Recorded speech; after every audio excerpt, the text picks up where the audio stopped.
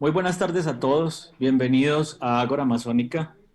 En nombre de California State University San Bernardino, de este grupo de masones, eh, en particular de la respetable logia Albores de Libertad, que ahora está hospedando Ágora Amazónica, eh, sean todos bienvenidos. Agradecemos, como siempre, el apoyo que recibimos de parte de la Confederación Masónica Colombiana. Y hoy tenemos como invitado al doctor Juan Carlos Echeverry. Juan Carlos Echeverry Garzón es economista de la Universidad de los Andes. Es PhD en Economía de la Universidad de Nueva York y tiene un diploma en Economía Internacional del Instituto de Economía Mundial de Kiel en Alemania. Además tiene cursos de filosofía de la Universidad Complutense de Madrid en España. Como todos saben, fue ministro de Hacienda, además fue presidente de Ecopetrol y durante este periodo como presidente de Ecopetrol, pues tuvo grandes logros, implementó una política de gerencia de la ética y generación de valor y además logró superar la crisis que todos conocimos por el tema del precio del petróleo. Además fue decano de Economía de la Universidad de los Andes y director del Departamento Nacional de Planeación. El doctor Juan Carlos lideró los equipos que diseñaron y pusieron en marcha los programas de Familias en Acción, el Sistema General de Participaciones, Jóvenes en Acción, el Sistema General de Regalías, Supérate con el Deporte y el Saber, en el que participaron aproximadamente 3 millones de niños. Es socio fundador de eConcept, firma de consultoría económica con prácticas en Bogotá y en Washington. Es experto en liderar grupos de alto desempeño en política pública y manejo de crisis. Hace parte de la mesa de trabajo de 6 AM en Caracol Radio, como bien lo señalaba el querido hermano Alfredo Sarmiento. Escribió la novela En sitios más oscuros, publicada en 2019 por Editorial Planeta. Creo que esta hoja de vida es muy conocida por todos nosotros. Los logros del doctor Juan Carlos lo anteceden. Y antes de darle la palabra, quiero de nuevo, aunque la mayoría de quienes están conectados hoy son fieles seguidores de este foro, comentar varios aspectos sobre la metodología y sobre la dinámica eh, que seguimos nosotros en este foro. En primer lugar, quiero de nuevo aclararle al doctor Juan Carlos que en este foro, en este momento, hay conectadas 51 personas. Sin embargo, este foro está siendo transmitido en directo a través de uno de nuestros aliados estratégicos, que es Confidencial Colombia. A través de Confidencial Colombia llegamos a una audiencia mucho más grande de la que tenemos conectada ahorita mismo en este foro de Zoom. Y adicionalmente, Confidencial Colombia siempre deja sus grabaciones para que sean descargadas y consultadas posteriormente por quienes siguen ese importante medio de comunicación virtual. También nos acompaña la querida hermana Patricia Silva, del foro de noticias Opinión Calificada desde Argentina, quien también hace una reseña de estas charlas y deja los videos disponibles para sus seguidores y para las personas que suscriben ese importante medio de comunicación en Argentina. Nos acompañan no solamente masones, doctor Juan Carlos, nos acompañan muchas personas, porque este es un foro abierto, no es un foro exclusivo de masones, es un foro abierto y nos acompañan en Colombia personas que se conectan desde Bucaramanga, Pereira, Cali, Barranquilla, Bogotá, bueno, desde Pereira, desde diversas ciudades del país, pero además de eso tenemos hermanos y visitantes que se conectan desde Argentina, Brasil, Venezuela, eh, México y otros países que siempre están pendientes de las transmisiones de Ágora Amazónica y que son fieles seguidores de este foro. La metodología, como siempre, vamos a permitirle al doctor Juan Carlos que haga su intervención.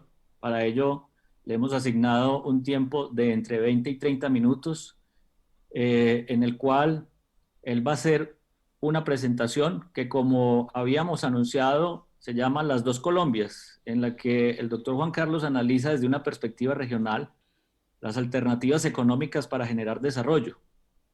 Colombia tiene varios potenciales desperdiciados. Es un país construido desde sus grandes centros económicos y para sus grandes centros económicos. Esto ha dividido el país en dos, el centro rico y la periferia pobre.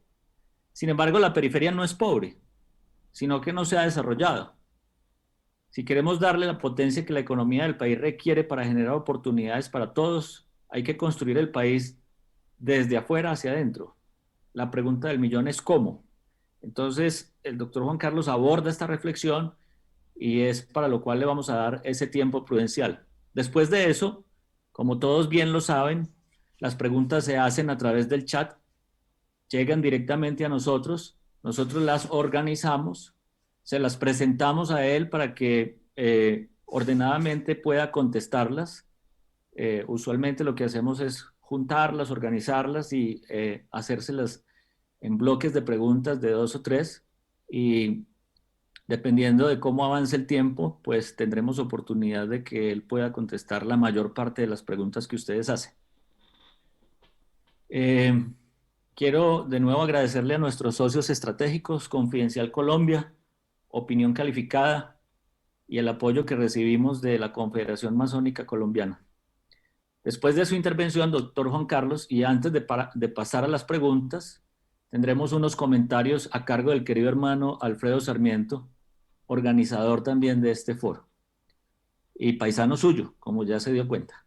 Usted es el único que puede abrir y cerrar su micrófono como quiera y cuando lo requiera. Así que, sin más preámbulos, le cedo el uso de la palabra y muchas gracias. Bueno, muchas gracias, muy buenas tardes a todos, por supuesto en especial a ustedes dos, pues, a Giovanni y Alfredo que me han invitado y pues voy a compartir la pantalla. Pues para mí es un honor estar en el foro Ágora Masónica y espero que la historia que voy a tratar de construir en sus cabezas les suene que tiene algún mérito intelectual y de política pública. Entonces, esta es la presentación. Por favor, confírmenme si la están viendo y si... ¿Listo? ¿Ahí la están viendo? Sí.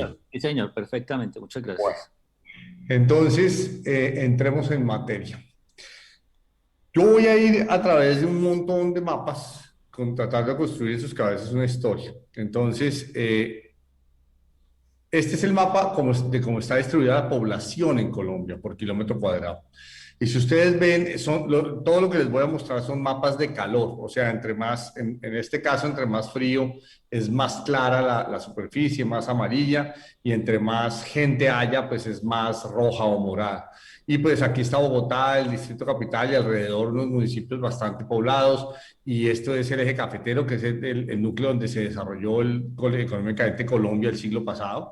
Villavicencio, que es una zona petrolífera, hoy por hoy muy agrícola, pero petrolífera, y las grandes capitales, Medellín, alrededor de Medellín, Cali, Bucaramanga aquí, y en la costa Caribe, Barranquilla, Cartagena, que son, digamos, estos dos óvalos muestran dónde está distribuida la población. Pero si ustedes ven, de todos modos, Colombia es un país bastante despoblado, que es interesante, un país extenso de 1 millón de kilómetros cuadrados, 50 millones de personas.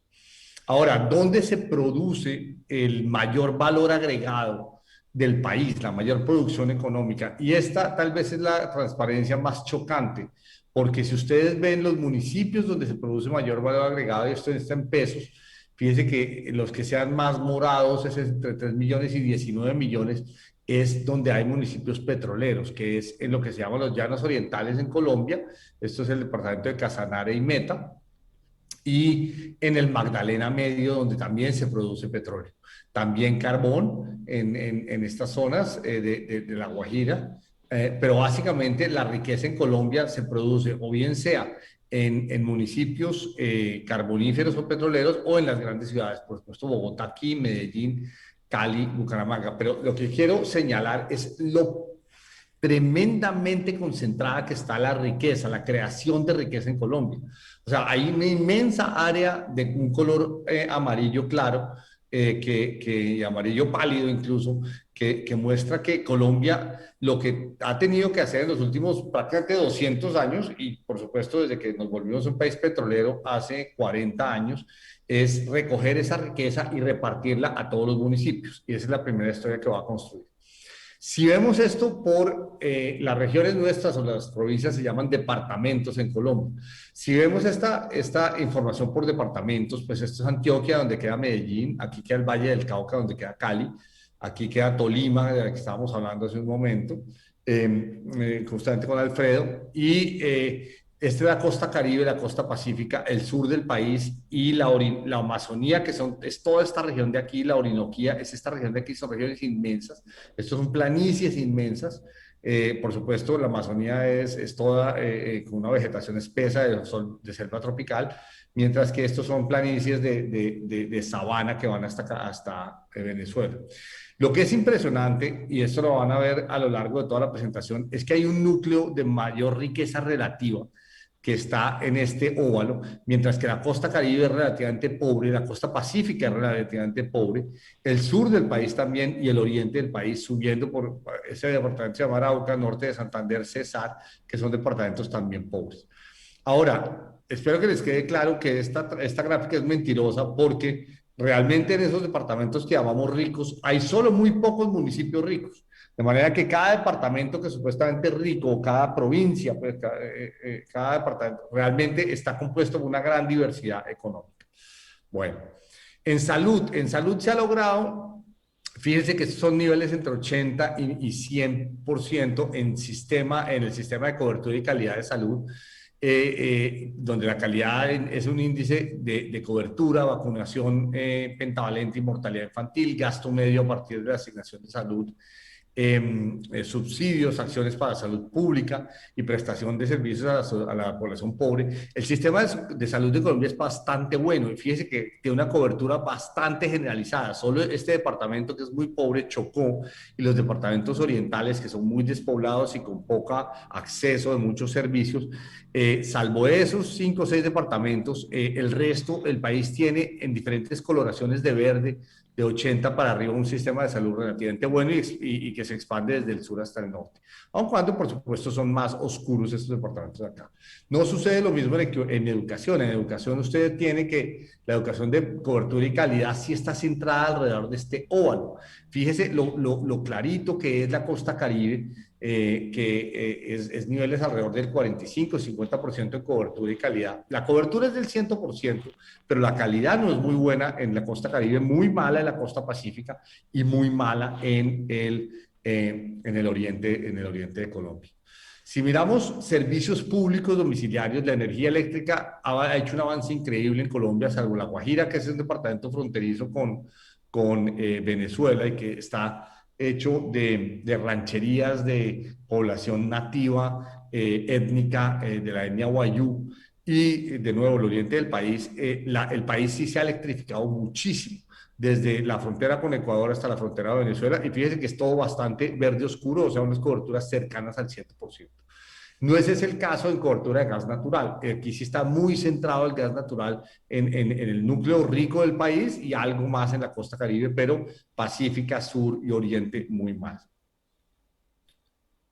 En acueducto es interesante que hay una cobertura norte-sur, ahí el óvalo se expande un poco, hay departamentos muy descubiertos en acueducto, en particular Córdoba y La Guajira, pero hay una cobertura interesante. Por supuesto, Chocó siempre aparece muy mal. Chocó es un caso emblemático, de un departamento muy atrasado y que requiere una atención privilegiada que no ha tenido hasta el momento.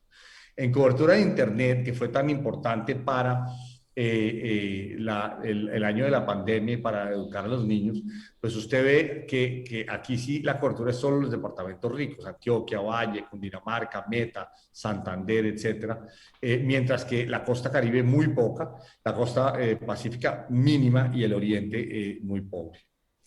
En acceso a la justicia, que es un servicio que normalmente los economistas no graficamos, es muy interesante. Fíjese que la justicia una buena justicia se da solo en estos departamentos. Y si yo les digo la verdad, aquí se repite el mismo tema municipal. Yo escribí mi novela sobre un municipio que está aquí en esta esquinita de Cundinamarca, en la parte de los Llanos Orientales. De hecho, es un municipio que hoy por hoy es petrolero.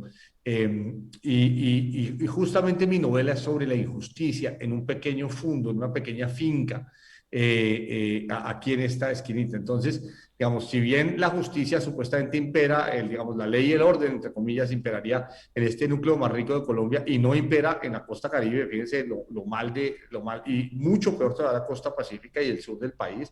Por supuesto, aquí tenemos narcotráfico, tenemos violencia, lo mismo narcotráfico, violencia, bandas, lo mismo acá en la frontera con Venezuela.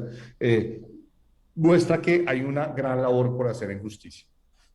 En pobreza multidimensional, estos colores son un poco diferentes, pero aquí más clarito es poca pobreza y más oscuro es mucha pobreza. Si ustedes ven, por supuesto, la costa pacífica, el litoral pacífico, mucha pobreza, mientras que al lado de Medellín o al lado de Bogotá es muy poca pobreza. Fíjense, Chía, que es un municipio al lado de Bogotá, tiene 6.7 de pobreza. Envigado y Sabaneta, al lado de Medellín, 4.9, 4.5% de la población en pobreza multidimensional, mientras que Alto Baudó, que queda a 100 kilómetros o 150 kilómetros de Medellín, tiene pobreza del 90.6%. Y este es el punto clave que yo quiero resaltar.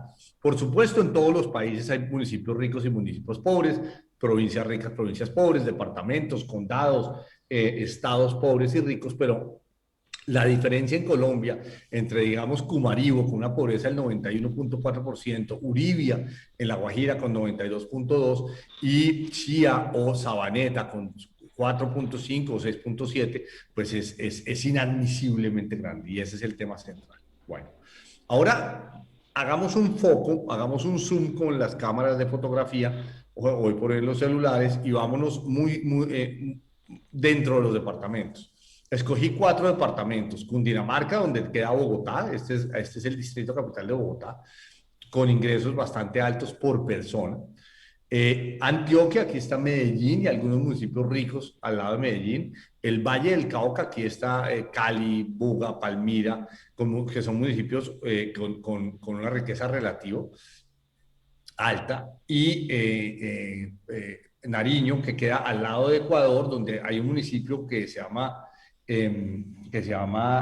Tumaco, que tiene un puerto que sería un creador de riqueza muy interesante, pero no lo es. Ustedes lo ven aquí como un municipio que tiene un ingreso de 500.000 a 600.000 pesos, o sea, estos son $200, menos de $200. Y la zona más rica de Nariño, que es la capital, que queda aquí, que es Pasto, o Ipiales, que es el municipio fronterizo por donde se hace el tránsito en carretera hacia Ecuador, son municipios de muy poco ingreso. Esto es similar al salario mínimo, mientras que en Bogotá usted puede tener un ingreso de 8 millones de pesos en promedio en un municipio rico como Bogotá. Aquí el municipio rico es de 1 millón de pesos. Entonces las diferencias regionales dentro de los departamentos son muy marcadas y entre departamentos también son muy marcadas. Les voy a mostrar otros de la costa Caribe donde las diferencias son aún más dramáticas. Esto es el departamento del Magdalena, donde hay un solo municipio por encima del promedio nacional. Esto es Magdalena, donde tenemos el valor agregado. Estos son la distribución de población, la población muy centrada alrededor de la costa Caribe, en la Santa Marta y la zona bananera. Aquí, de este municipio, era García Márquez, Aracataca, o sea, Macondo queda aquí. Es un pueblito que se llama Aracataca, que queda acá en este extremo, y esto es la zona bananera, pues que aparece en todas las novelas de García Márquez. Pero ustedes ven la gran diversidad de riqueza y pobreza, densidad en este caso, de valor agregado de riqueza y pobreza en el departamento. En millones de pesos es la diferencia entre los municipios bananeros y turísticos y el resto. Y el valor agregado per cápita mensual en los sectores primario, secundario y terciario. No voy a entrar en el detalle, pero lo que les quiero significar es que hay una gran riqueza visual y económica y chocante en estas distancias. Aquí tenemos lo que se llama las 3 perlas del Caribe. Aquí queda Cartagena en Bolívar, Barranquilla en Atlántico, acá al lado, es la desembocadura del río Magdalena, y Santa Marta. Y también lo que quiero mostrar es que la costa Caribe tiene no solo eso, son 3 departamentos pobres, relativamente pobres, sino con inmensas diferencias regionales entre ellos mismos. Esta es la tasa de desempleo municipal. Este es el desempleo por mujeres y por hombres. De nuevo, grandes diferencias, no voy a entrar en todo el detalle.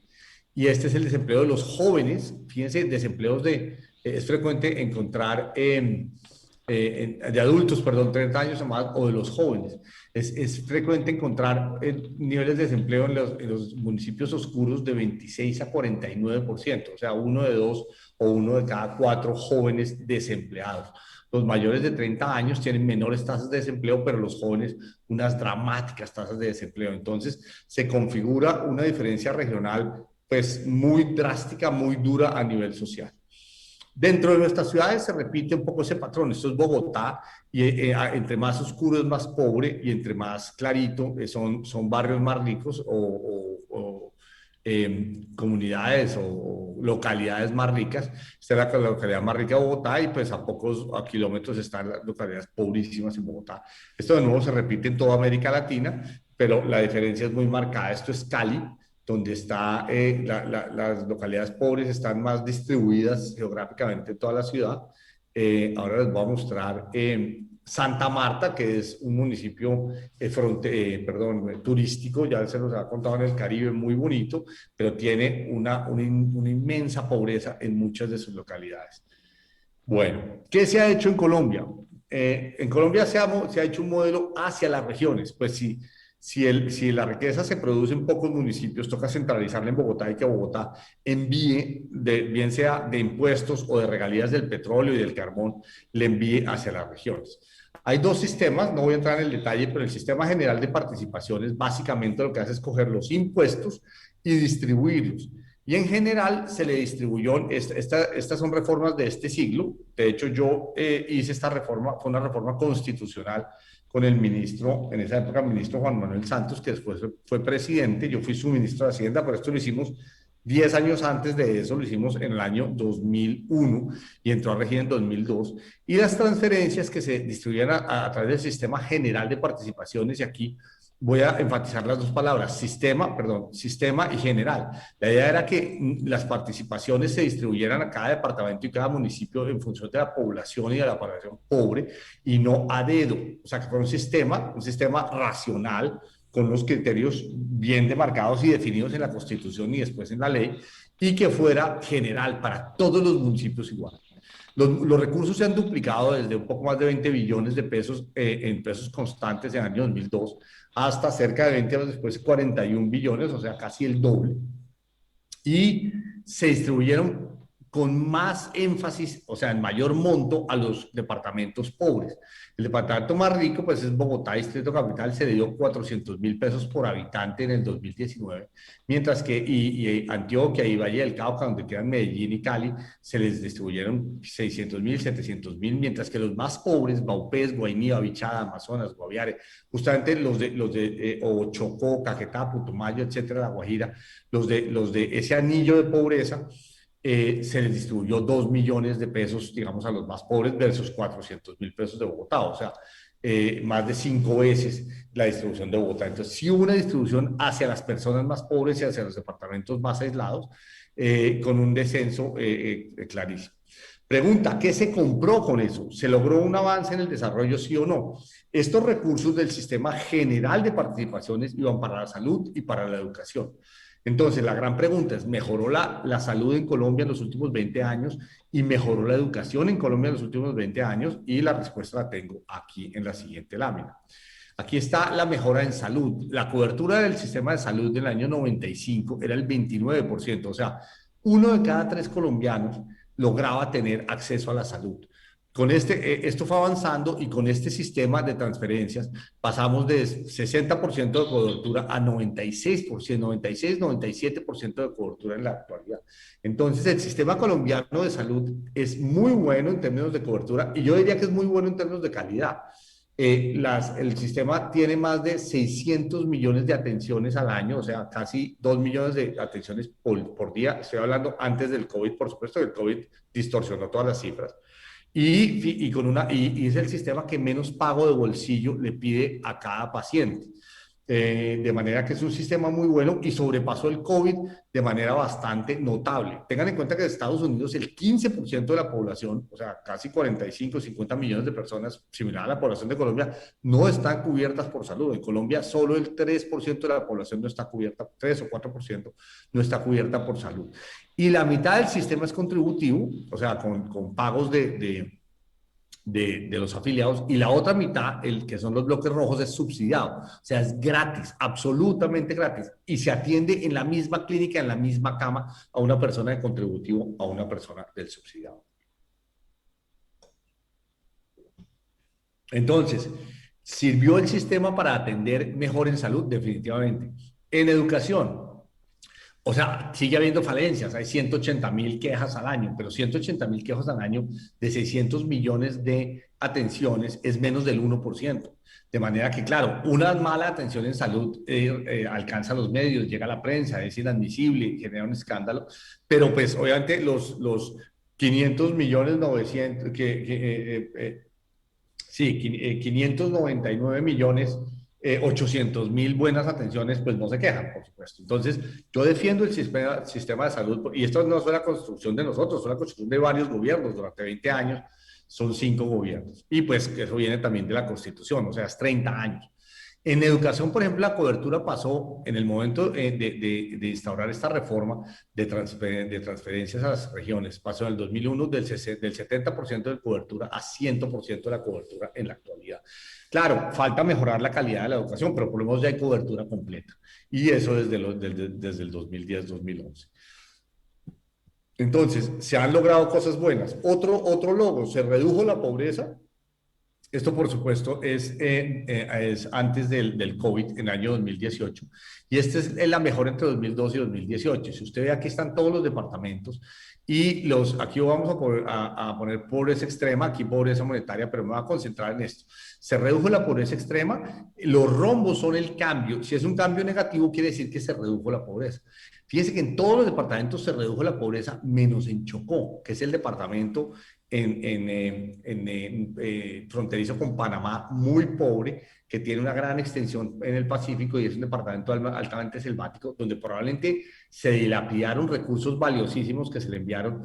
Recuérdese que se le enviaron más de 1,5 millones de pesos por chocoano, que es pues 4 veces lo que se envió por bogotano, pero esa plata no redundó en reducción de la pobreza, pero en todos los demás departamentos sí, y en algunos se redujo la pobreza 10%, muchos de ellos, por ejemplo, Antioquia, Atlántico, Caquetá, Magdalena, en algunos se redujo 20%, Bolívar, Córdoba, Nariño, Sucre, y en algunos se redujo 40%, perdón, 35%, Boyacá, en Huila 25%. Entonces, pregunta, ¿mejor salud? Sí. ¿Mejor educación? Sí. ¿Menos pobreza? Sí. ¿Sirvió el sistema general de participaciones? Definitivamente sirvió.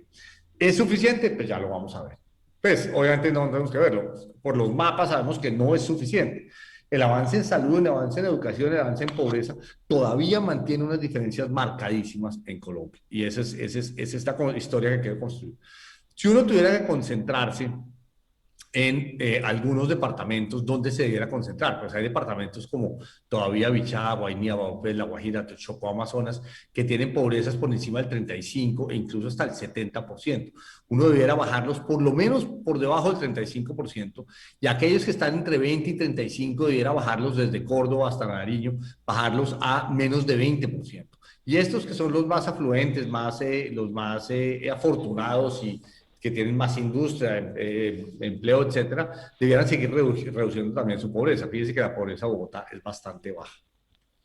Bueno, después del Sistema General de Participaciones, en 2011 hicimos el Sistema General de Regalías.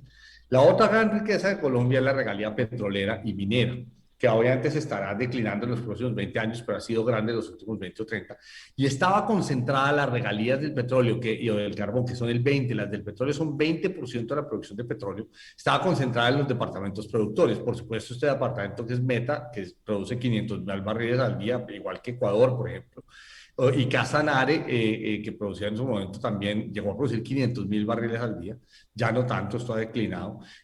Arauca y esta zona que es petrolera, el Magdalena Medio, y estas zonas que son mineras, carbón y ferroníquel, etcétera, y aquí también hay petróleo. Esos municipios que eran muy pocos, muy despoblados, era solo el 13% de la población, estaba concentrada las regalías. Esta reforma la hice yo, modestia aparte, pero pues es así.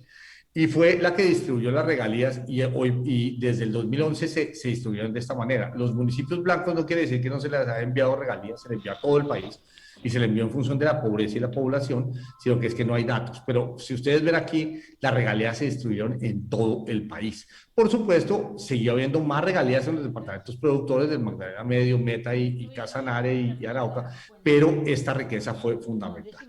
¿Qué hizo esta reforma? Modificó la regla de asignación de las regalías, cambió su control, ya no lo hizo dependiendo de una sola entidad, digamos el alcalde o el gobernador, sino que se creó en todos lados un órgano tripartito, municipio, gobernador y gobierno nacional, de manera que hubiera una colaboración de planeación y de ejecución entre los tres niveles de gobierno. Se hizo un seguimiento a través de Internet, que en un sistema que se llama Mapargalías, ustedes pueden entrar ahorita y mirar todos los proyectos que se han hecho desde el principio en su ejecución física, su ejecución financiera, y hay fotos, etcétera. Y se le apuntó al mejorar el estándar de vida de las regiones más pobres. ¿Qué efecto tuvo la reforma? Y aquí sigo una evaluación que hizo Gallego, el profesor Gallego, Jorge Gallego, Estanislao Maldonado de la Universidad del Rosario en Bogotá y Lorena Trujillo del DNP en un documento que se llama Bendiciendo la Maldición, Reforma Institucional y Bonanza de Recursos en Colombia, que salió en 2017. Ellos analizaron 211.000 familias, la mayor de ellas familias muy pobres, y encontraron lo siguiente, que la reforma del sistema de regalías redujo la pobreza de las familias, aumentó su empleo e ingresos, mejoró las condiciones de sus viviendas, incrementó el acceso, y esto es con datos anuales de 211.000 familias, esto no miente, incrementó el acceso continuo a agua potable, redujo un 9% la probabilidad de enfermedad, o sea, mejoró la salud. Claro, eso tiene que ver también con la mejora en agua potable. Facilitó a los niños llegar a la escuela porque muchos recursos se invirtieron en transporte escolar. Aumentó el número de años de educación aprobados por la persona cabeza de familia, bien sea el padre o la madre. Mejoró el acceso a computador, internet y celular, críticos para cerrar la brecha digital. Pregunta, ¿cuál fue el canal que produjo esos efectos virtuosos? Y fue la mayor capacidad estatal a nivel local. Este es un resultado muy potente porque no fue que el primer ministro o el presidente, no, fue el alcalde y sus secretarios el principal canal. Por supuesto se le enviaron los recursos, pero un buen alcalde, idóneo, honrado, dedicado y buen gerente, mejoró la vida de su municipio. Esta es tal vez la principal debilidad de Colombia y en América Latina es muy frecuente, y es la baja capacidad estatal, en particular a nivel municipal. Conlleva una baja eficacia en los recursos invertidos. Por supuesto, sigue habiendo limitaciones del sistema de la reforma de regalías, y en 2019 se la calibró y se redujo estos órganos tripartitos colegiados, se llaman OCAT, o órganos colegiados de administración y decisión, se redujo la tramitología y el poder de los gobernadores. Les voy a mostrar los resultados con un municipio. Este municipio es un municipio muy pobre del norte del Tolima, queda en el puro centro de Colombia, en la cordillera central. Colombia tiene 3 cordilleras muy altas y se llama Villahermosa, Tolima. ¿Por qué me gusta tanto Villahermosa? Y tengo estas fotos porque mi papá nació en Villahermosa, Tolima. De hecho, mi novela arranca, como se imaginarán, en este pueblo. Y termina donde les dije, en los llanos orientales, 2 cordilleras hacia el oriente.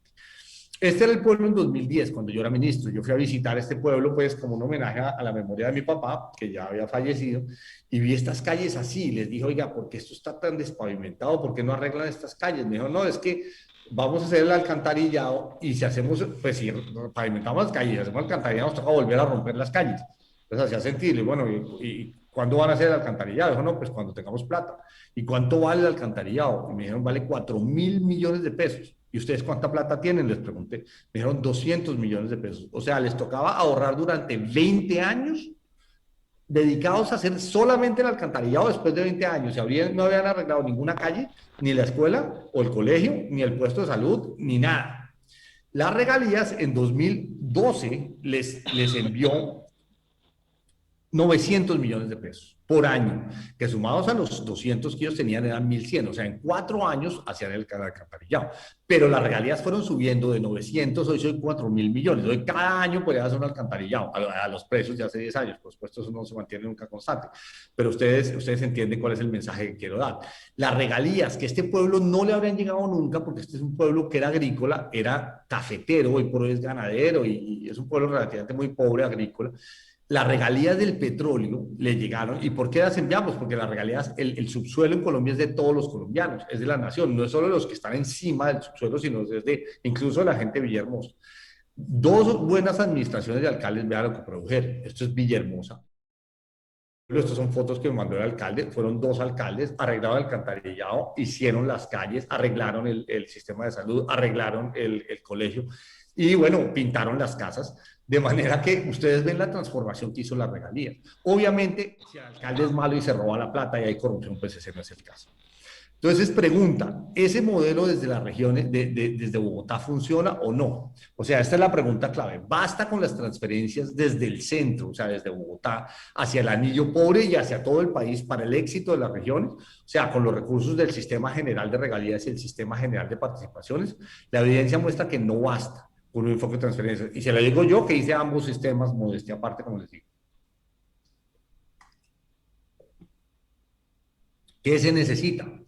Se necesitan muchos más ingredientes para el desarrollo y para un trabajo digno. Digamos que esta es una sopa que vamos a cocinar. ¿Qué ingredientes tienen que estar en esa sopa que calentemos con estos recursos? Entonces, me rijo aquí por este libro que se llama Pioneros Exportadores en América Latina, un libro del BID que busca identificar cómo fueron los milagros de producción en América Latina, los aguacates Hass en México. Entonces, el señor Rudolf Hass de California en los 60 llegó estos aguacates que era una cepa guatemalteca que no se madura en el árbol en 4 a 6 meses y que están listos para comer 1 o 2 semanas después de cortar. Muchos productores imitaron lo que hizo Rudolf Hass y fueron adaptando la misma variedad de aguacate, generaron una industria de aguacate Hass, la pusieron a exportar y fue un maravilloso desarrollo regional. Las flores de Colombia, otro americano, David Cheever, con un posgrado en floricultura en Colorado State University, escribió una tesis de grado en el 66 que identificó a las flores colombianas y las de Bogotá y Río Negro por la topografía, la fertilidad, la calidad y la disponibilidad de suelo, el costo laboral bajo, condiciones climáticas muy favorables, luminosidad a lo largo del año, una capacidad de almacenaje y cercanía a los aeropuertos de Bogotá y Río Negro y la proximidad al mercado de Estados Unidos. Y dice Cheever, Colombia era la solución para Estados Unidos. Realmente no, Colombia no fue la solución porque Colombia quebró las flores de California. Y pues estamos, nuestro anfitrión de hoy es una universidad de California, de manera que esto tuvo un impacto muy grande en las flores californianas. El tercer ejemplo es el vino chileno. Esto fue un español, Miguel Torres, que llevó a los chilenos a dejar de producir 8 variedades en los 60 y adoptar una sola, Cabernet Sauvignon, reemplazar cepas de baja eficiencia, usar condiciones fitosanitarias y menos plagas que habían en Chile, irrigación, aumento en productividad para cambiar las recipientes de madera por acero inoxidable que se usaban en España, él los importó y todos los demás vecinos fueron copiando esta tecnología. Embotellamiento estándar, había muchos tipos de botella en Chile, se adoptó una sola para producción en línea, bajar costos y hacer más eficiente la cadena. Una calidad consistente de la uva, se importó uva de Estados Unidos y Francia, o sea, no fue un Cabernet Sauvignon que estuviera nativo en ese momento en Chile, sino nuevas uvas más eficientes, de mayor productividad. Y exportaba al mercado español vino bueno y vino malo, y vino menos bueno. Uno daba volumen, el otro daba margen. Se trajo enólogos de España a supervisar el entrenamiento y la calidad. Esos enólogos criaron, educaron, entrenaron enólogos en Chile y se creó una infraestructura de creación de conocimiento y el gobierno dejó de generar incentivos equivocados, como por ejemplo incentivos a que hubiera 8 tipos de uva, que eso era el incentivo del gobierno en los 60. Eso se quitó y el gobierno se puso a dar subsidios positivos. Entonces, ¿qué se necesita? Se necesita escoger no ser pobre. ¿Por qué? Porque muchas veces nosotros en América Latina y en Colombia lo que hacemos es que no tomamos la decisión consciente de que no queremos ser pobres, que vamos a hacer un montón de cosas que nos saquen de esa trampa. Pero además de escoger no ser pobres, que es dejar de hacer lo que estamos haciendo, toca aprender a ser ricos. Y es aprender de cómo los ricos llegan a ser ricos, en particular, aprender de qué pasó con flores, qué pasó con vino, qué pasó con soya en Brasil, qué pasó con aguacatejas en México, y adoptarlo no solo en esos productos. Claro que Colombia ya tiene una producción y exportación de aguacatejas también, pero en muchos otros productos, la alfalfa, el cilantro, el turismo mismo, etcétera. ¿Qué se necesita? Primero, atraer pioneros. La gente de fuera, bien sea de fuera del país o de fuera de la región, mira las condiciones de una región con otros ojos. Conocer los productores locales con potencial para exportar fuera de la región, bien sea al resto del país o al resto del mundo, que serán los seguidores del pionero. Y aquí estoy siguiendo mis conclusiones de este libro. Un conocimiento profundo de las condiciones de clima, fitosanitarias, plagas, variedades y irrigación de cada región. Eliminar las políticas distorsionantes. Los gobiernos entran a supuestamente mejorar las condiciones de la gente y dañan la capacidad productiva, porque los gobiernos son muy torpes. Y tener gobierno inteligente que adopte políticas de apoyo. Aprender a exportar y copiar las mejores prácticas. Oigan esto que es clave. Las exportaciones son bienes de una clase distinta, no son el mismo producto que uno tiene y vende afuera. Las exportaciones son lo que ya se compra afuera y aprendemos a producirlo adentro, con uniformidad, normas, diplomacia, unión de productores. La demanda es desconocida y debe ser descubierta.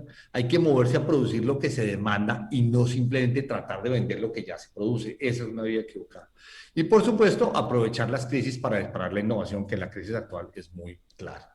Entonces, si esos son los ingredientes para la sopa, el éxito en las regiones del anillo pobre, en particular acá en Colombia, tienen, y esto no va a ser nada nuevo para ustedes, tecnología, financiación, mercado, logística, entrenamiento, capacidad empresarial, calentados con los recursos de regalías y participaciones, y cocinar bien esto, mezclando estos ingredientes a través del tiempo. Toma años, toma lustros o décadas hacer esto bien. E involucrar a los actores locales adicionales a las autoridades con un enfoque integral.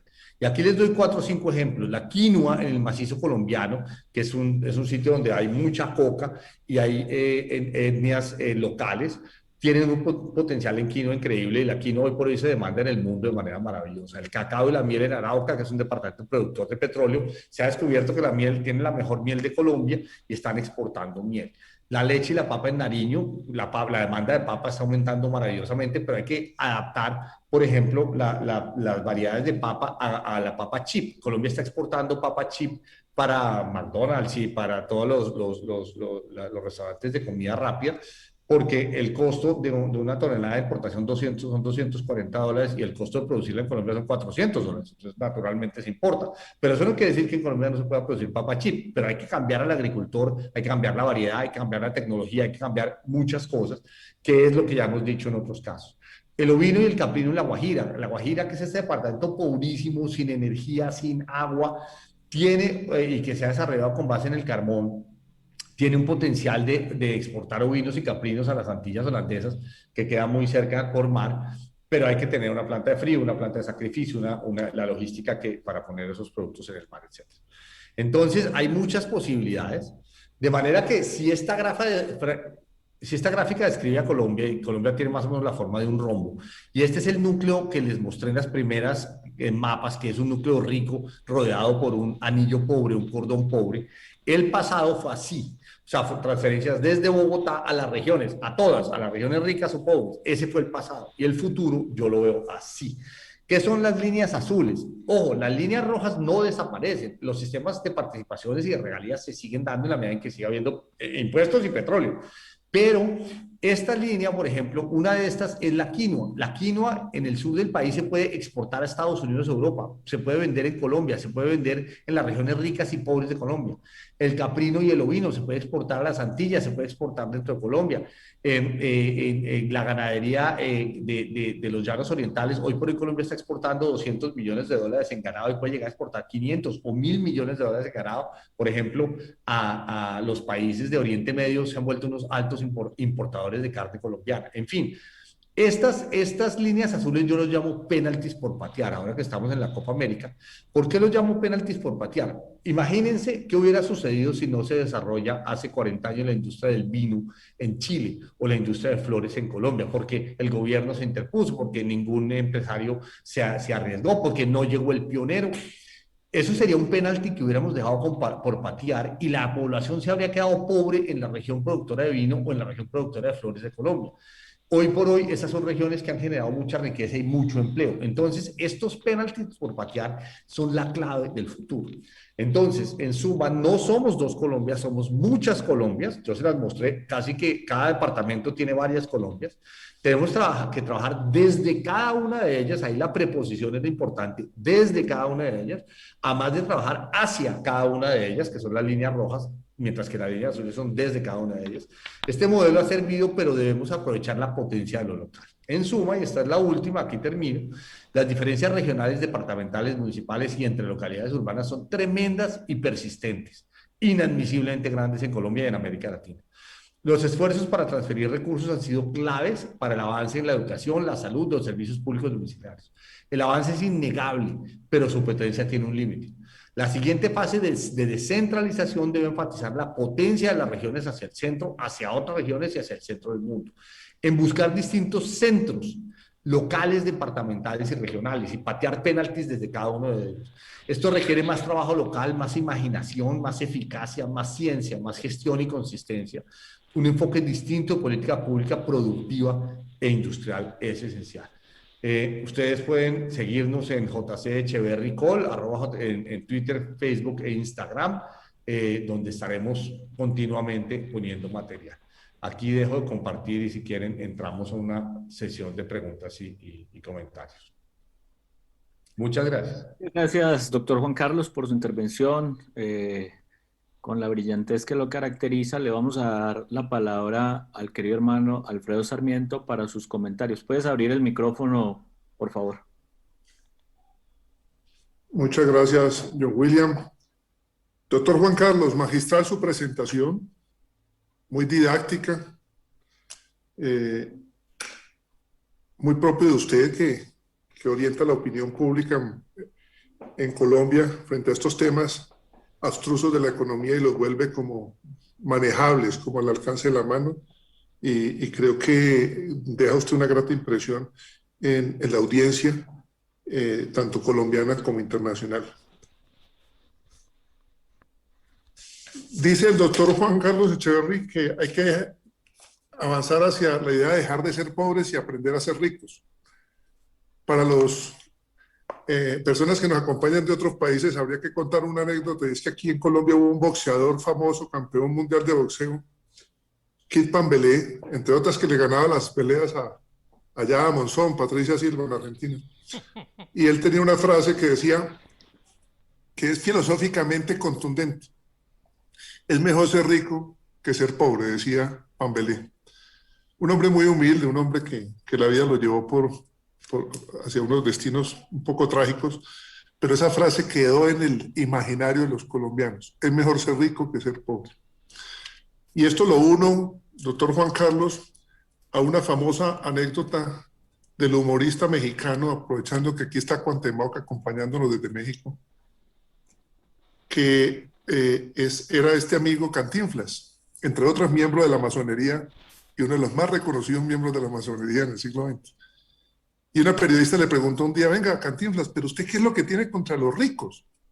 Y Cantinflas le dijo: pero ¿cómo así que yo tengo algo contra los ricos? Sí, es que su humor es muy crítico con los ricos, es muy corrosivo y toda la cosa. Y Cantinflas le contestó una cosa muy, muy especial, doctor Juan Carlos. Le dijo: tan no tengo nada contra los ricos que me encantaría que todo el mundo fuera rico.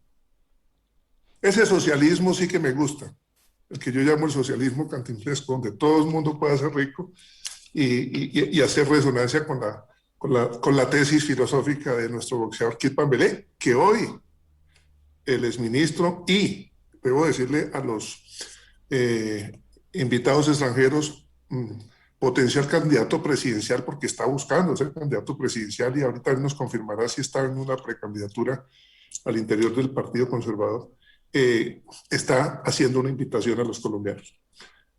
Obviamente nos está hablando del sistema general de participación, el sistema general de regalías. Entrar en un debate con Juan Carlos Echeverry sobre ese tema pues es un poco audaz y arriesgado, porque él lo conoce como el que más, pero él nos está diciendo que esa es la hoguera para crear un caldo nuevo y desarrollar una serie de estrategias. Y me llamó mucho la atención, doctor Juan Carlos, que las estrategias están muy centradas en el sector agropecuario. Hizo, no sé si es deliberado, omisión a estrategias industriales, a sector servicios, etcétera. De pronto estará trabajando en eso, pero así como lo planteó, nos está dando un mensaje explícito de que es en el sector agropecuario y casi que en el sector primario agropecuario, ni siquiera en el sector agroindustrial, donde hace sus grandes apuestas para generar un nuevo modelo virtuoso de generación de ingresos, donde todas las regiones de Colombia aporten al centro y el centro también a todas esas otras regiones. Dejo esa inquietud en particular, doctor Juan Carlos, porque echo uno de menos reflexiones sobre el tema industrial, sobre el tema servicios, sobre otros sectores de la economía, las economías digitales, etc. Doctor Juan Carlos, estamos celebrando 30 años de la Constitución Nacional. Y usted habló de una segunda fase de la descentralización. Yo creo que la primera fase de la descentralización hoy por hoy está en cuestión. Yo creo que en estos 30 años la apuesta descentralista se ha reversado mucho y hay unos procesos de recentralización. Estoy de acuerdo con usted, usted hizo un esfuerzo grande con el tema de las regalías e incluso se inventó una metáfora que le salió costosa en términos de la forma en que fue evolucionando el concepto de la mermelada, porque usted dijo, vamos a coger las regalías y la vamos a repartir unas mermeladas en las tostadas más ampliamente. Y yo entendí la intención de ese concepto, pero eso después, por razones muy particulares, se volvió un tema políticamente sensible en la sociedad colombiana. Pero Colombia ha tenido muchos procesos de recentralización. Y yo creo que sí, que para pasar a la segunda fase de la descentralización tenemos que, sin duda, retomar un proceso que, para mi gusto, se vio trunco. Y quisiera dejar un tema que usted no hizo alusión a él, pero que tiene mucho que ver con la coyuntura de estos días. Usted ha hecho un debate y ha sido el más claro, o de los más claros contradictores de otro candidato a la presidencia de la República que pasó por este foro. Este es un foro pluralista, doctor Juan Carlos, para que sepa. Aquí ha pasado, lo antecedió a usted el doctor Álvaro Uribe Vélez, y ha pasado Oscar Iván Zuluaga, y ha pasado Sergio Fajardo, y también pasó Gustavo Petro, y me refiero a este último, porque en estos días Gustavo Petro habló de la necesidad de poner a imprimir la maquinita del Banco Central para que saque fotocopias de billetes y haga una emisión que llamaría, no sé si es primaria, no sé si es la palabra técnica, y que se oriente esos recursos de emisión a atender a las poblaciones más vulnerables. Y obviamente eso generó un gran debate en Colombia y entre otras el doctor Juan Carlos hizo un papel muy importante para contrastar esa propuesta. Yo tengo una pregunta, doctor Juan Carlos. La Constitución colombiana, la misma que está cumpliendo 30 años, tiene un artículo donde está claramente plasmada la figura de la emisión y que para situaciones extraordinarias se puede pensar en la emisión bajo la condición de que sea la junta directiva de todo el banco la que avale esa figura. Yo no soy amigo de la emisión, a mí eso como fotocopiado como que no me gusta, no me suena, tal vez en eso soy ortodoxo, pero sí me parece paradójico, doctor Juan Carlos, que la Constitución tenga plasmada esa figura de la emisión allí y entonces cuando alguien la invoca, en este caso particular el doctor Petro, que precisamente no es una persona que represente mis tesis políticas y las de muchos de este foro en particular, cuando alguien la invoca, todo el mundo salta y dice, no, eso es lo peor, eso va a generar una ola inflacionaria, eso deteriora la economía, mira dónde va Venezuela. Y yo entiendo la advertencia y la comparto. Pero si es tan mala, doctor Juan Carlos, ¿por qué no la sacamos entonces de la Constitución como una posibilidad? Esa es una inquietud que quisiera dejar allí, solo para dar ambiente a unas preguntas que seguramente los asistentes ya habrán hecho llegar a, a nuestro moderador John William. Y felicitarlo, doctor Juan Carlos. Ojalá usted va a enriquecer este debate.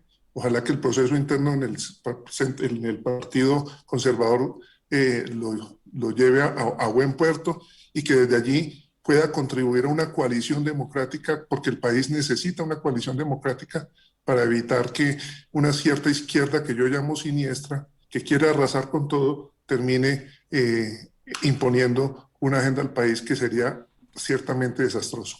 Muchas gracias, John William. Muchas gracias, doctor Juan Carlos. Muchas gracias, querido hermano Alfredo. Antes de darle de nuevo la palabra al doctor Juan Carlos, quiero aprovechar el momento para hacerle algunas de las preguntas que han llegado al foro, en particular algunas que tienen que ver con el tema de las regiones. Felipe Cuadros es un estudiante de Economía y Gobierno de Asuntos Públicos y alude un comentario de Roberto Angulo que dice que hay un gran vacío en el desarrollo colombiano por la falta de capacidades de ejecución en las regiones. ¿Qué cree usted que se puede hacer al respecto? Somos buenos planeando a nivel central, pero malos ejecutando. Es decir, podría decirse que tenemos problemas para calentar la olla porque la administración pública de las regiones no sabe evitar que el viento apague el fuego, sobre todo en la provisión de bienes públicos. Eh, Pregunta Gonzalo Oliveros en este mismo sentido, que le llama mucho la atención que en su sopa no incluye entre los ingredientes la formación de actores públicos locales. Y le llama la atención, la pregunta es ¿por qué hace esa omisión? Y hay con nosotros también una estudiante de maestría de políticas públicas que nos acompaña desde Brasil, que es Cristina Oliveira, y ella pregunta, usted habló sobre la inversión de los gobiernos locales en sus departamentos. En esta pandemia hemos sido testigos de la formación de la gobernanza del gobierno local frente al gobierno federal. Ella, por supuesto, refiere al caso de Brasil. ¿Cree que este papel de los gobiernos locales será el futuro del desarrollo de América Latina? Esto en cuanto a los gobiernos locales. Y hay otras preguntas más específicas sobre otros temas. Pregunta el doctor Sergio Cabrales. Una realidad mundial es el compromiso en la reducción de emisiones de gases de efecto invernadero, que tendrá un efecto directo en la demanda de combustibles fósiles, especialmente el carbón. ¿Cómo se debe transformar el sector minero energético frente a la transición energética? Y el doctor Jairo Villamil pregunta, luego de su presentación y propuesta de desarrollo, ¿quiénes serían los pioneros? ¿Quién ejecutaría los demás ingredientes de la sopa? Y voy a dejar luego un par de preguntas más que hacen Diego Espina por un lado, que dice que la Contraloría siempre año tras año da cuenta de muchos hechos de millonarios, más bien hechos de corrupción con los recursos de las regalías, y eso contribuye a la inconformidad de la población. Pregunta cuál es su opinión al respecto, doctor Juan Carlos. Y Germán Guevara dice que cómo se ha protegido la soberanía agropecuaria para crear el gran cinturón productivo que permita a los cultivadores de los alimentos que producen que ganen equitativamente en la cadena comercial. Esas son las preguntas que hay hasta ahora, entonces le cedo el uso de la palabra.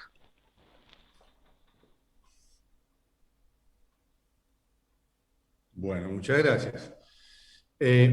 A ver, hay grupos de preguntas que podemos manejar juntos.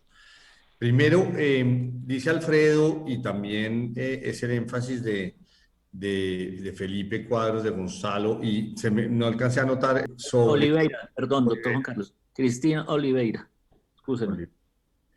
Que hablan sobre las regiones y pues simplemente voy a decir que tienen toda la razón en términos de la educación de los alcaldes y sus equipos.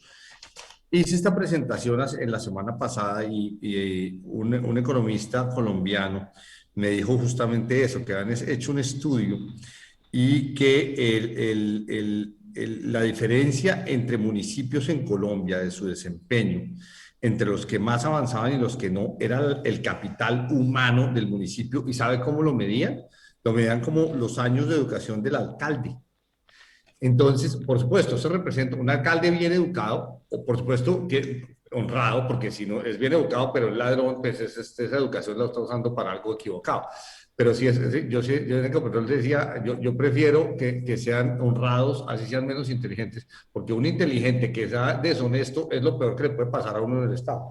Pero si uno sigue lo que decía Hernando José y lo que ustedes indican, que es la educación de los alcaldes, la formación de los actores públicos, la gobernanza local, yo sí estoy de acuerdo en que ahí nos tenemos que enfocar a fondo. Ahora, no es solo darles herramientas y enseñarles Excel y enseñarles presupuestación. Es algo más complicado, que yo lo vi en Ecopetrol. Yo fui presidente de Ecopetrol, la empresa más grande del país, una de las 4 petroleras más grandes de América Latina, o de las 3, porque Pemex se fue, PDVSA se fue abajo, pero digamos junto con Petrobras y Pemex, Ecopetrol es la tercera petrolera más grande de América Latina. E incluso en Ecopetrol, la capacidad de hacer proyectos, hacer estudios de prefactibilidad y factibilidad, ejecutar proyectos, hacer costeo, hacer, digamos, maduración de proyectos es muy difícil. Y nuestros alcaldes, todos tienen ideas, todos tienen proyectos, todos tienen acueducto, el alcantarillado, la escuela, la carretera, proyectos productivos. Pero pasar de una idea a un proyecto ejecutable, serio, es muy difícil. Y eso depende, eso existe en todos los países. Obviamente existe en las ciudades grandes, en Bogotá, en Medellín, y 1000 alcaldes o 1200 alcaldes, como hay en Colombia, pues se ven a gatas para allegar ese capital humano. Pero es fundamental que la gobernanza del alcalde y las capacidades que tiene el país, donde además es crear una industria que sea maravillosa, que le ayude a los alcaldes a desarrollar sus proyectos, a proponerlos, a ejecutarlos en presupuesto y en tiempo. Entonces no puedo estar más de acuerdo con ese tema. Tenemos que volcarnos aumentando la capacidad estatal en los municipios. Y yo les mostré en el municipio de Villahermosa la gran diferencia que hace un alcalde honrado e inteligente. No solo uno, sino varios, porque tiene que ser una consistente a través del tiempo. Entonces, ahí estoy completamente de acuerdo. De una vez retomo lo que dice Diego Espina, la corrupción. La Contraloría, hoy por hoy, la Contraloría siempre señala lo malo, lo que pasa es que nunca señala lo bueno. Entonces, hay 1200 alcaldes, digamos que hay 20 o 30 que sean corruptos. Lo que se señala en los 20 o 30 casos de corrupción, pero no se señala los 1000 o 1100 o 800 o 500 o los que sean en que las regalías se usaron bien. Les voy a dar otro ejemplo. El municipio de Andes, en Antioquia, aquí está el río y tiene 2 montañas. Aquí vive la gente, acá está el gobierno y aquí está el mercado. Con regalías se hizo un puente y un ascensor y eso le cambió la vida al municipio. Y la gente sigue escogiendo a los alcaldes y a los representantes que hicieron eso. Entonces, sí se hicieron muchas muy buenas cosas con regalías. Sí es importante controlar la corrupción. La corrupción no es la norma, sí se da y cuando se da, obviamente atrae todos los focos. Pero igual que en salud, el hecho de que el sistema de salud fuera muy bueno no puede desconocerse porque haya unos casos de salud y que sean muchos, ¿sí? Que sean escandalosos. ¿De acuerdo? En América Latina, en particular en Colombia, solemos enfocarnos en lo malo, y en que esto es malo. Y hemos convencido a los jóvenes de que todo está malo, y de que todo es malo, y que el país es malo, y que no nos hemos desarrollado. Mentiras. Hay muchas cosas buenas, sí nos hemos desarrollado, sí tenemos mucha mejor salud, sí tenemos mucha mejor educación. Obviamente no estamos al otro lado, y yo mismo se los mostré con todos los malos. Bueno, sigo con los puntos de Alfredo. Alfredo me dice, me voy a centrar en unos, me dice, emitir es bueno o malo, está en la Constitución. Alfredo le va a decir, por supuesto, todos los días el Banco de la República emite, todos los días, todos los días. La emisión es parte de la función de cualquier banco central. ¿Por qué? Porque todos los días, Alfredo, la demanda de dinero sube, porque necesitamos para comprar el almuerzo, el mercado, el transporte, etcétera, el país crece y vamos demandando más dinero. Entonces, el Banco Central va emitiendo más dinero y el arte de la banca central es que la demanda de dinero y la oferta de dinero crezcan par y paso, par y paso, par y paso. Entonces, todos los días se emite y la emisión es necesaria. El problema de la emisión es cuando uno dice, como dijo Petro, no, démosle plata a la gente y así resolvemos el problema. El problema se resuelve trabajando, démosle trabajo a la gente. Y bueno, y eso es fácil decirlo, es muy difícil hacerlo. Si fuera fácil hacerlo, pues todos en América Latina estaríamos al otro lado. ¿Cómo se hace? Pues conozca a fondo las condiciones de tiempo, modo y lugar, los milagros productivos que se pueden dar, el aguacatejas, las flores, etcétera, etcétera. Y ya voy a ese tema de si es agroindustrial o no. Y enfóquese en producir esos milagros. Sobre todo, desenfóquese en lo que está enfocado, que es equivocado hoy. Hoy por hoy el gobierno están un montón de funcionarios sobre la espalda de cada empresario. Y créanmelo, yo soy empresario, pequeño, tengo una empresa de 10 personas.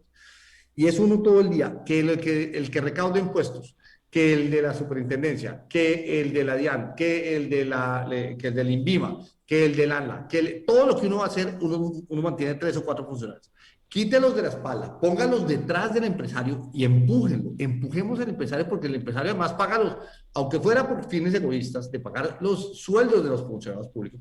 Pero el empresario es el creador de empleo, etc. En esto no tengo que convencerlos, creo que ustedes están convencidos. Pero hubo algo muy simpático para ponerle algo de humor, pero que refleja el tema de la emisión. A raíz del debate sobre emisión, en Twitter alguien puso, oiga, ¿por qué no emitimos tiquetes y que todos viajemos? Y otra persona dijo, ¿por qué no emitimos diplomas y que la educación se dispare? Y el caso de los diplomas me gusta mucho, porque es que sería igual que emitir dinero. Usted emite diplomas, entonces le dan un diploma a Rosalba, otro diploma a Patricia en física nuclear, un diploma a Orlando en, no sé, en ingeniería mecánica, otro a Fabio en derecho. A todos nos dan un diploma, a mí me lo dan en química cuántica, ¿sí? Eso no quiere decir que mañana vaya a haber mejor química, mejor física, mejor economía, mejores abogados. No, quiere decir que el valor de cada diploma se reduce. Ya cuando mañana yo diga, no, es que yo sé de química cuántica, que va, usted no sabe de nada, no sea pendejo. Usted lo que pasa es que le regalaron un diploma, que es lo mismo que pasa con la emisión, cuando la emisión se dispara por encima de la demanda, cada peso vale menos. Cada peso se devalúa. Entonces, ese es el tema. Todo en economía es, y en la vida, son diferencias de grado, diferencias de grado. Es el arte de manejar bien la economía. Entonces, yo no digo que no haya emisión, pero la emisión tiene que hacerse seriamente todos los días, par y paso con la demanda. Ahora, tú me dices algo muy importante, Alfredo. Mis ejemplos están muy agropecuarios. Hoy por hoy te digo una cosa, hoy por hoy la diferencia entre agro, industria y servicios es bastante opaca, bastante... ¿Por qué? Porque el producto agropecuario, lo primero que hay que hacer es transportarlo, eso es un servicio. Empacarlo, eso es otro servicio, eso es una industria, la industria del empaque. Eso es científico, porque ahí se ponen todas las condiciones fitosanitarias para mantener el aguacate o la yuca o la fruta. Ahí va la ciencia de la poscosecha. Después vienen servicios, los impuestos, el embalaje, el transporte, el comercio, en fin. Entonces, lo que tú exportas, el producto agrícola es por ahí el 10%, ¿no? La comercialización, el aviso de Starbucks para venderle un café de $6, de $5, un café que la parte café es como 3 centavos, ¿sí? Entonces, cuando yo digo el producto agrícola, me refiero a toda la cadena, donde es realmente una cadena agroindustrial y de servicios. Y por supuesto, en el caso de Colombia, todos los demás servicios, turismo, salud. Colombia tiene un turismo de salud muy importante en Bucaramanga, en Antioquia, en Bogotá. Turismo de tercera edad. Colombia podría tener, obviamente tenemos que volvernos un país más calmado, pero un turismo de tercera edad muy interesante en el Caribe o en la zona cafetera. Entonces, Alfredo, muy bueno el punto, pero sí, en efecto es como tú dices, es agropecuario, servicios, agroindustrial, madera, software, turismo, salud, vivienda, etcétera. Entonces, voy a cambiar un poco la presentación con más ejemplos agroindustriales y de servicios.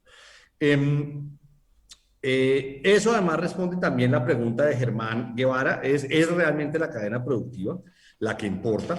Y con respecto a Sergio Cabrales, que me dice, bueno, los gases, efecto invernadero y la transición energética. Yo fui presidente de Ecopetrol y me volví bastante petrolero. Y hoy por hoy, entonces, pues, yo tengo pues el INRI aquí del CO2 en cada presentación. Entonces me preguntan, ¿a usted le gusta el petróleo y qué?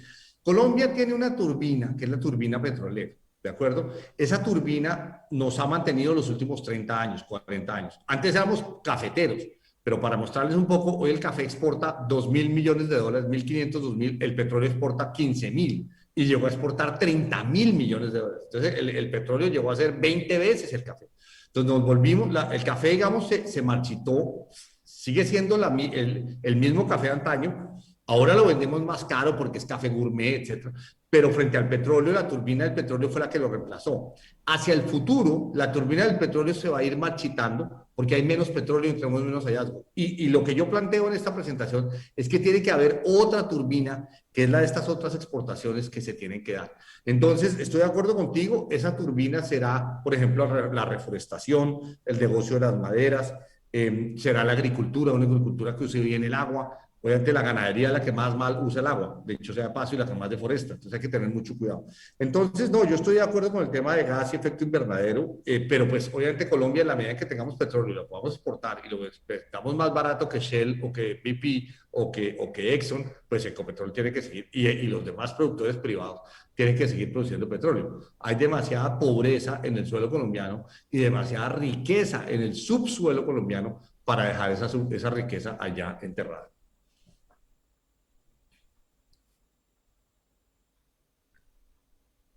Bueno, muy bien. ¿Han llegado algunas otras preguntas? Pregunta Fabio Pugliesi desde Brasil. ¿En qué medida los tratados de libre comercio contribuyen a aprender a ser rico en Colombia? En particular, ¿cómo se gestiona esto con Estados Unidos? Y él plantea una importante pregunta para Brasil. ¿Cómo se trataron estos acuerdos de libre comercio en el gobierno Trump y cuál es la expectativa con el gobierno Biden? El profesor Iván Leonardo Urrea pregunta, ¿las reformas que necesitamos para esta estrategia de desarrollo requieren algunas reformas que tienen enemigos poderosos? Por ejemplo, el uso eficiente de la tierra. ¿Cómo llevar el proceso de economía política con los perdedores de estas reformas? ¿Y cómo equilibrar y garantizarles una compensación para desarrollar el país? Pregunta Patricia Silva, de Opinión Calificada desde Argentina. ¿Cuál considera la estrategia simultánea mientras se integran las dos Colombias para la integración regional continental?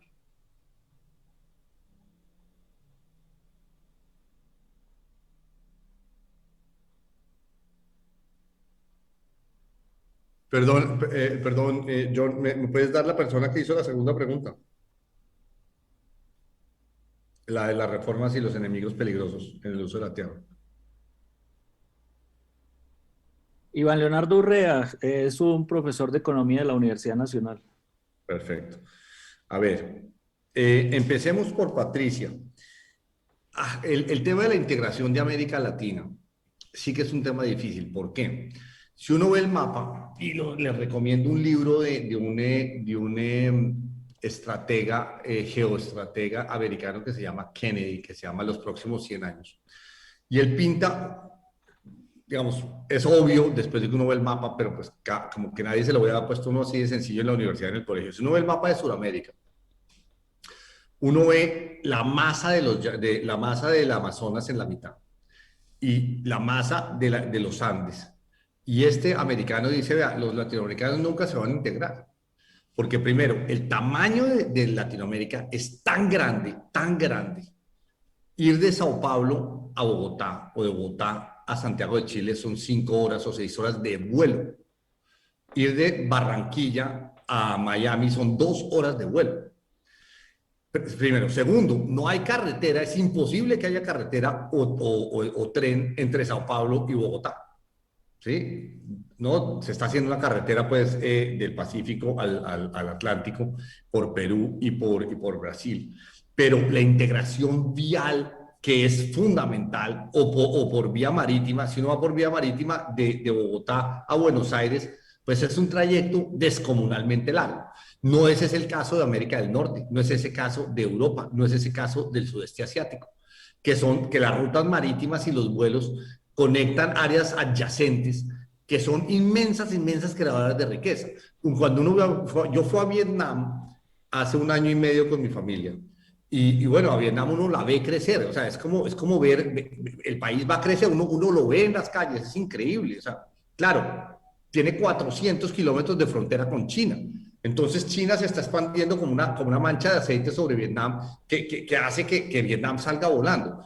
Colombia, en el caso de Colombia, pues México tiene 2.000 millas o 4.000 kilómetros de frontera con Estados Unidos. Entonces, Estados Unidos y México se integraron, Estados Unidos y Canadá. Pero Colombia no tiene ni siquiera carretera con Panamá. No tenemos una carretera del Tapón del Darién de 600 kilómetros que separan físicamente a Sudamérica de Centroamérica y Norteamérica. Es una cosa que es cierta desde Colón. Es más, es cierta desde los aztecas y los incas y los mayas y los incas, y no la hemos solucionado. Y probablemente en 500 años los panameños no van a dejar de hacer la carretera. Entonces, la integración de América Latina tiene unos desafíos geográficos. Primero, el tamaño del continente y también el tamaño desde México. Segundo, en el Amazonas, la selva del Amazonas, que va a estar ahí por séculos. Tercero, los Andes, la distancia. Entonces decía este otro estratega que se llama Robert Kaplan, que también le recomiendo, que tiene un libro que se llama La revancha de la geografía. Kaplan decía, vea, Estados Unidos se debe integrar con el Caribe desde Colombia y Venezuela hacia arriba. Esto era obviamente antes de que Venezuela fuera la Venezuela chavista. Pues. Pero Colombia, Venezuela, ¿por qué? Porque él decía ir desde, digamos, Nueva York a Colombia son 5 horas, pero de Nueva York a Santiago, o Nueva York a Montevideo, o Nueva York a Buenos Aires, son 11 horas. Entonces decía, es el mismo trayecto que ir a Oriente Medio. Entonces decía, la zona geográfica relevante, este es un estratega americano, ¿no? De Estados Unidos es el Caribe, de Colombia y Venezuela para arriba.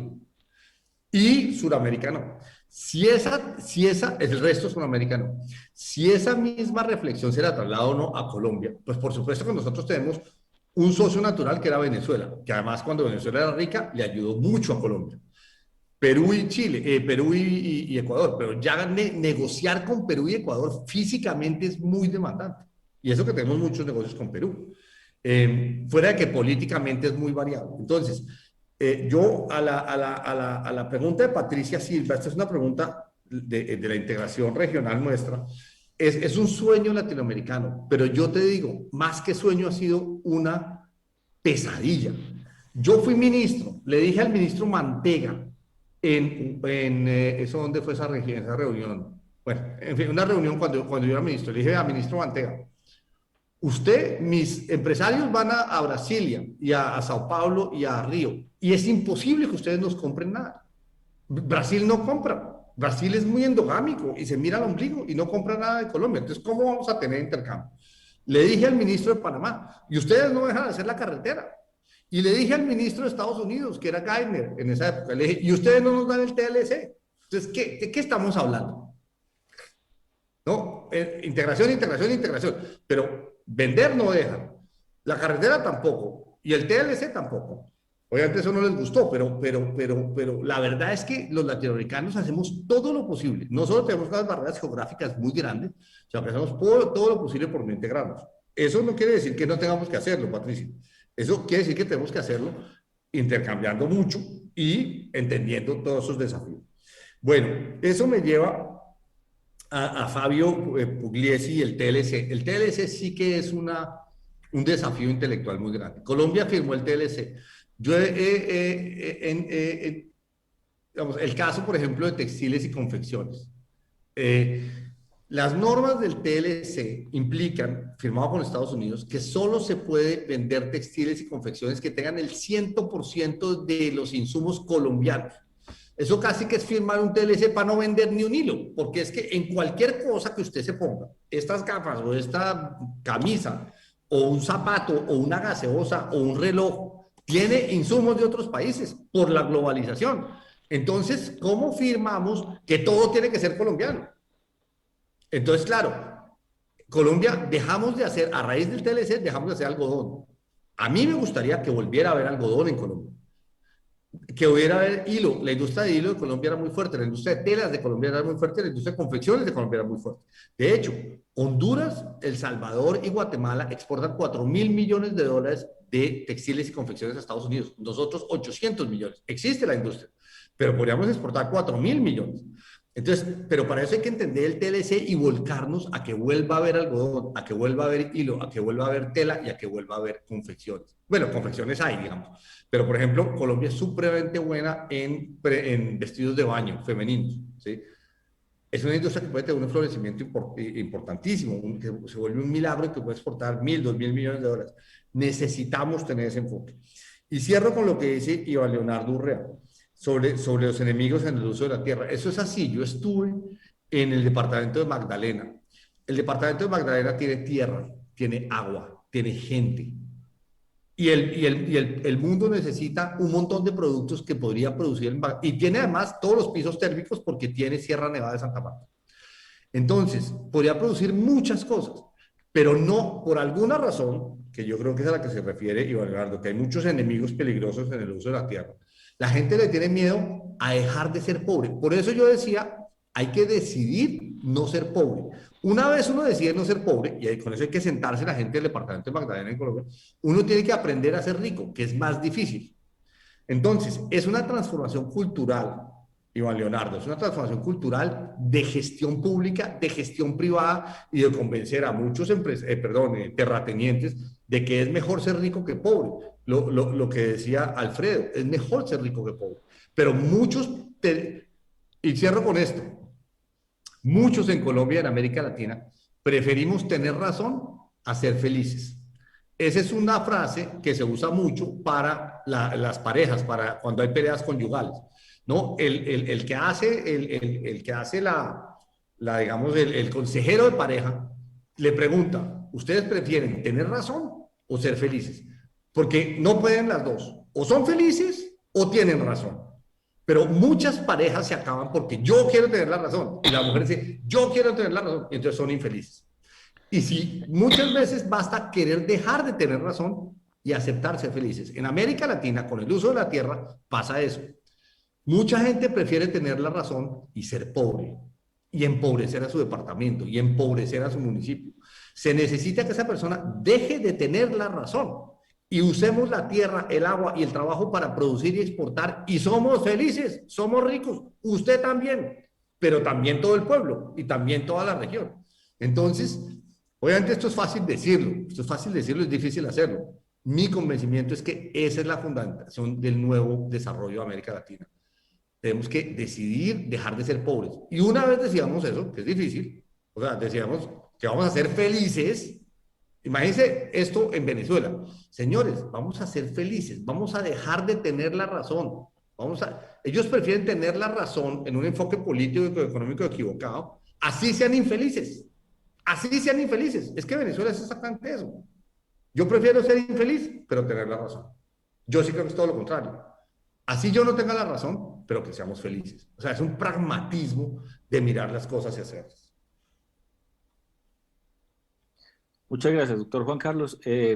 Nos habíamos comprometido en ir terminando a las 7, no sé cómo está. Hay muchas preguntas, voy a hacerle 3 más, si le parece bien, para que cerremos. Bueno, señor. Una es de Miguel Londoño. El partido de Colombia. Sí, claro, para que podamos ver toda la previa, ¿no?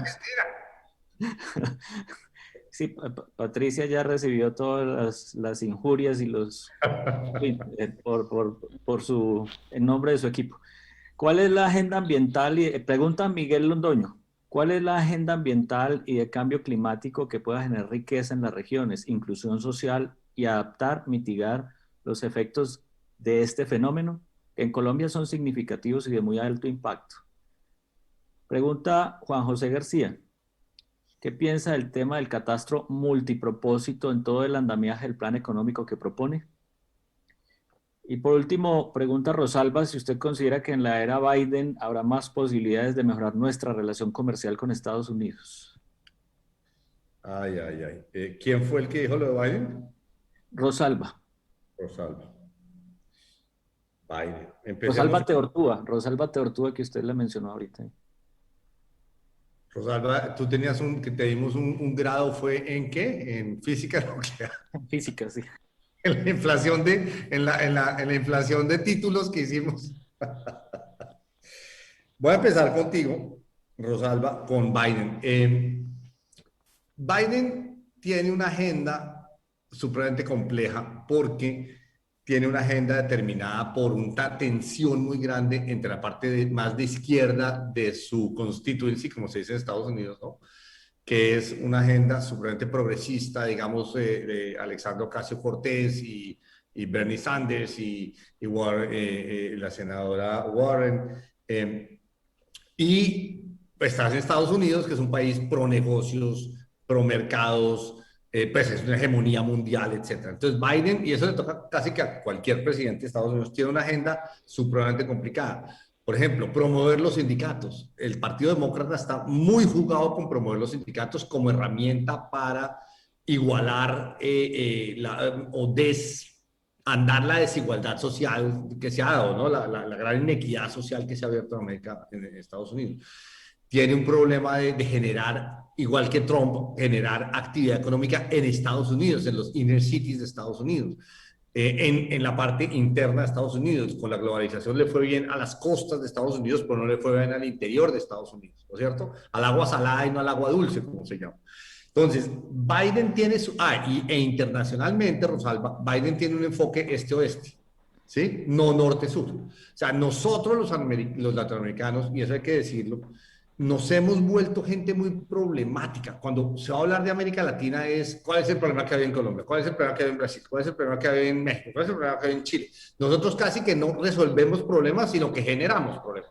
¿no es cierto? Entonces Estados Unidos tiene un problema con China en el mar del sur de China, tiene un problema con Oriente Medio, con Irán, ¿no? Tiene un problema con Afganistán, tiene un problema con Rusia, tiene un problema con Israel, tiene un problema de qué hacer con la OTAN, tiene un problema, ¿no? Entonces el este-oeste se le come la atención internacional a Biden. Y lo que no se lo come eso, se lo come el ombliguismo de los americanos, ¿no es cierto? La desigualdad, el problema de los fondos. Entonces, América, y cada que miran América Latina es, pues, o drogas en Colombia, o entonces los migrantes del Triángulo Norte ¿no? De Salvador, Guatemala y Honduras, o el problema de drogas con México, aunque con México tiene una integración maravillosa, etcétera.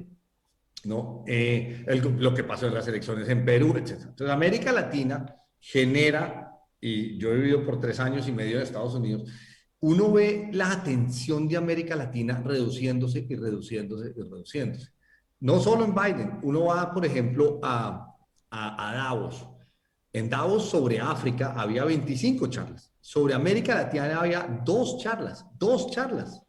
Cuando sobre cualquier tema había infinidad de charlas. Entonces, en América Latina tenemos que dejar de enfocarnos y empeñarnos en la irrelevancia. O sea, necesitamos negocios, necesitamos proponerle al mundo cosas, traer la gente para hacer cosas positivas, dejar de pensar que los americanos y los japoneses y los chinos nos quieren explotar. Pues claro que ellos nos quieren explotar, pero tenemos que hacer negocios. Cualquier país quiere hacer negocio y si hace un negocio positivo, pues o rentable, uno dice que usted me está explotando. No, pues usted también está haciendo negocio rentable. Tenemos que aprender a hacer negocios, igual como tenemos que aprender a hacer negocios. Y yo lo he visto, por ejemplo, entre Chile, Perú y Colombia, ha habido una integración fabulosa de negocios.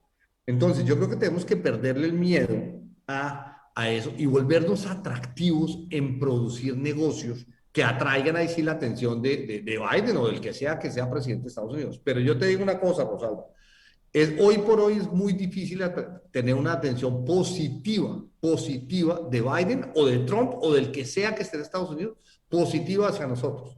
Es muy difícil, no solo porque ellos andan con mucha atención negativa en China y en Oriente Medio, etc. Es porque nosotros, yo te lo digo, no nos ayudamos mucho y somos un continente todavía en ebullición política, máximo en los últimos 20 años, y los últimos 10 han sido difíciles. Entonces, yo creo que tenemos una tarea de hacer nosotros. Yo creo que la atención que recibimos de Estados Unidos es marginal, y un poco lo que vamos a tener es una atención, digamos, hacia fortalecimiento de los sindicatos, etcétera. Mucha gente le parecerá muy bueno eso, otra gente lo criticará, pero es lo que ven en Estados Unidos. Y los TLCs, ya los hablamos en el grupo de preguntas pasadas, los TLCs hay que entenderlos porque son armas de doble filo muy complicadas. Los TLCs no son, yo fui muy defensor de los TLCs, pero necesitan mucha gestión después de que se los firmen. Bueno, Juan José García nos dice el catastro multipropósito. Mira, de las cosas más importantes de un país es el catastro, ¿no es cierto? La tierra, ¿dónde queda? ¿Para qué sirve? ¿Quién la usa? ¿Cómo paga impuestos? ¿Cómo se hace? ¿No? ¿Cuántos impuestos se hacen? Esa es de las cosas más profundas que hay en un país. De hecho, el sistema tributario de muchos países se basa en un buen catastro, fuera de un sistema sobre la renta. O tú pones a tipificar o los activos o la renta. La renta, por supuesto, es el impuesto a la renta, etcétera, etcétera, o el IVA, pero lo demás es catastro. Y el catastro fuerza a la gente o debe llevar a la gente a un uso racional de la tierra. Ahora, decir eso es fácil. Ahí me junto con lo que decía Iván Leonardo Urrea.